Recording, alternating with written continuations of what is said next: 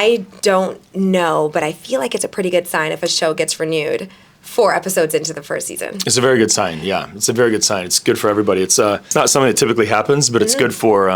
I think it's good for the fans because they know the show's going to linger for a bit. I think it's good for the crew because they know they have job security, and it's good for me because I get to tell my stories. Right. So the show was adapted from a book, correct? But the book is not by the same name, Tracker. The book is Never Game. Okay. Never Game. Jeffrey Deaver wrote the book. And so was it kind of difficult to decide whether you wanted to stick to the book, the story the book was telling? Did you want to put your own spin on things? There were a few key things that we needed to keep when we adapted it to TV. The character is Jeffrey Deaver created this character that's just incredible, and it works in the book.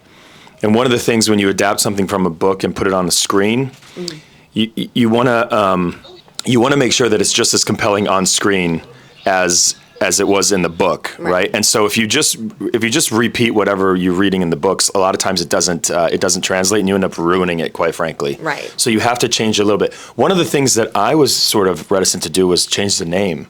Okay. I loved the name of the book, and I thought it was really cool, and they test everything, and it's just like sometimes you got to change names and stuff, and unfortunately, but Tracker works, and now I'm in love with the name of our show. Right, so. I feel like just one word. And I think so too. No, I was totally wrong. I mean, they nailed it. They got it right. So I guess you got to admit when you're wrong.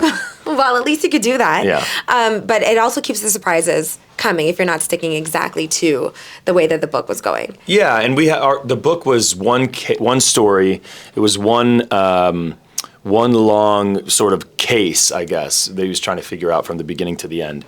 Whereas ours is every week we have a new job that he does, right? There's a backstory that lingers through the whole entire season, and it will through the whole entire series. But every week is its own sort of, standalone episode. So I guess before we get deeper into that, if you could please just give like a little bit of a rundown from your point of view of what the show is for people who haven't started watching yet, people who want to start watching, and how, like why should they watch? Yeah, well, I think the first thing is it's entertaining as hell, right? And sometimes I think people forget about that, the fact that we're in the entertainment business, right? What this guy does, he's such a unique character. He grew up with these two parents, professors at Berkeley, brilliant minds. Father becomes increasingly more and more paranoid to the point where it's getting dangerous, to the point where he takes the entire family and moves them off the grid onto a compound. Government conspiracies, people are out to get us, they're going to come kill me. Got to keep the family safe. I mean, it's just crazy stuff. Okay. And he kind of turns into a bit of a maniac.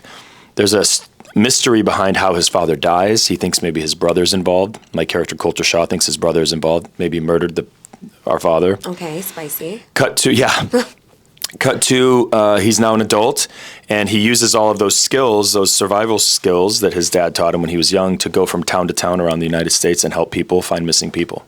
Okay. Yeah. So he does it for a reward. He gets paid for it. I was about to say, I'm like, is this just his pastime? Okay. No, he makes a good living. Yeah, he makes a lot of money. What are the rewards like? Like money-wise, or what you mean? Well, it depends. I mean, so he's a lot of heart. The guy has a lot of heart. So sometimes he'll take a job, not necessarily just because it's the most money, but because it touches him in a certain way, and he'll see somebody that needs something that no one else is going to help her with, and he's the only one. And if he doesn't help her, she's lost. So he'll take those jobs. Okay. And then other times there's the easy one for like, $50,000 to find my car. It's like, all right, here we go.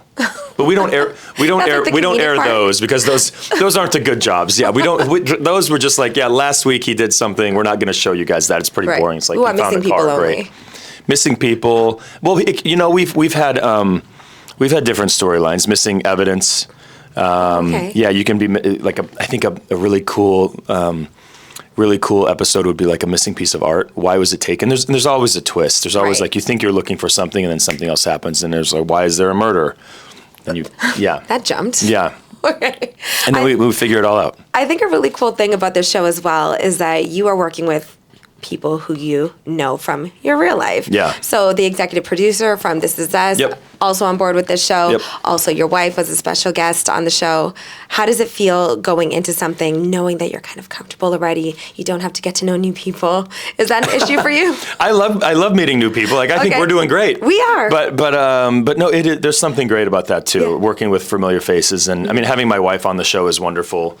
because I love being around her and she's my wife, but also she's just such a talented actor. We're lucky to have her. Right. We got Melissa Roxburgh, who's a friend of mine. We got Jensen Ackles from Supernatural to come and play my brother on the show, who I've known for, oh my gosh, I think like 180 years now. Right. So we got a bunch of people, and we'll have more in season 2. It'll be fun. And with working with your wife on the show, is it kind of cool to not be in love on the show?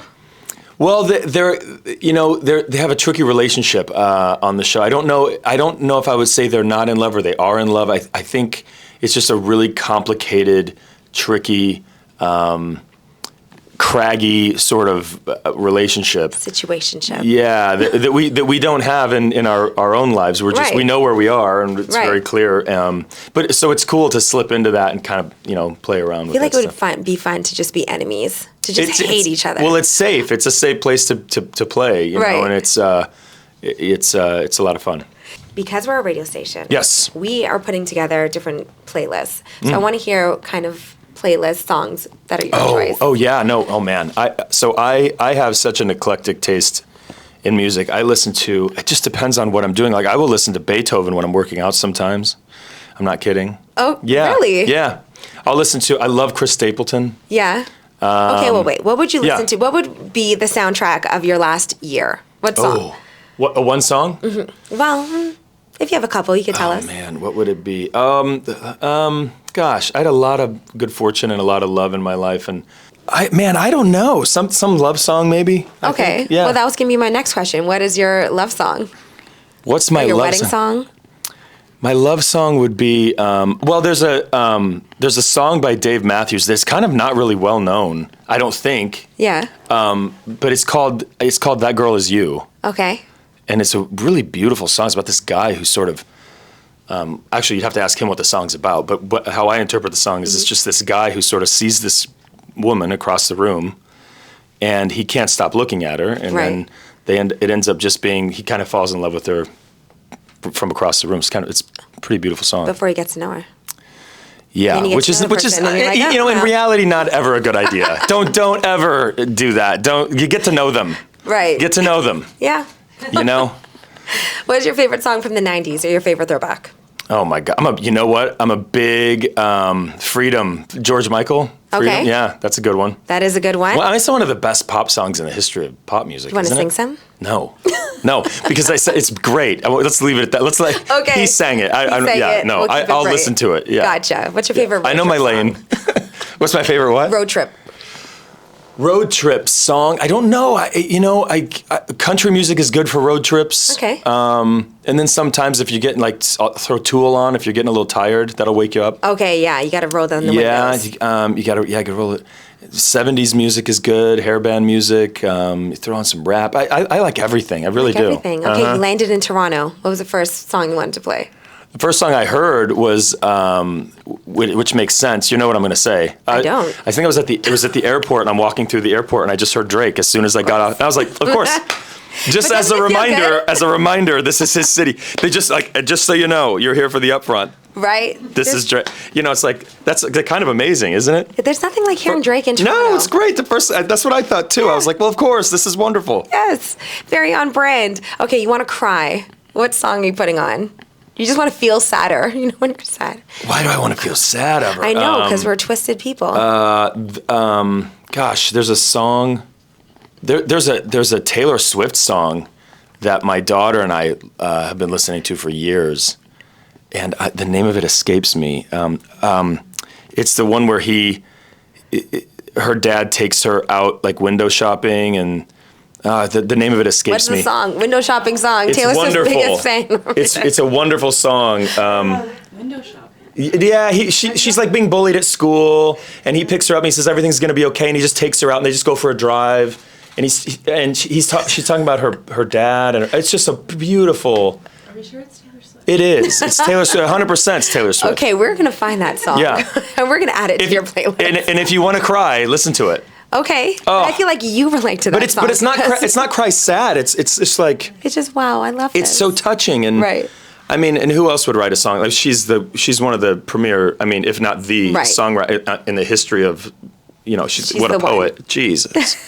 Yeah. And finally, your kids are crying in the car. They're screaming. You're going to put on this song. If my kids are crying in the car screaming, I'm wondering what universe I jumped into because I don't have kids.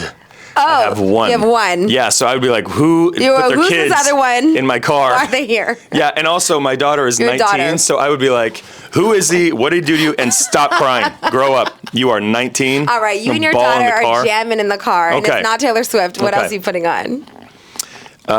She's a huge, we both are a John Mayer fan. Okay. Yeah, what else do we really, really like? Stapleton, we love Stapleton.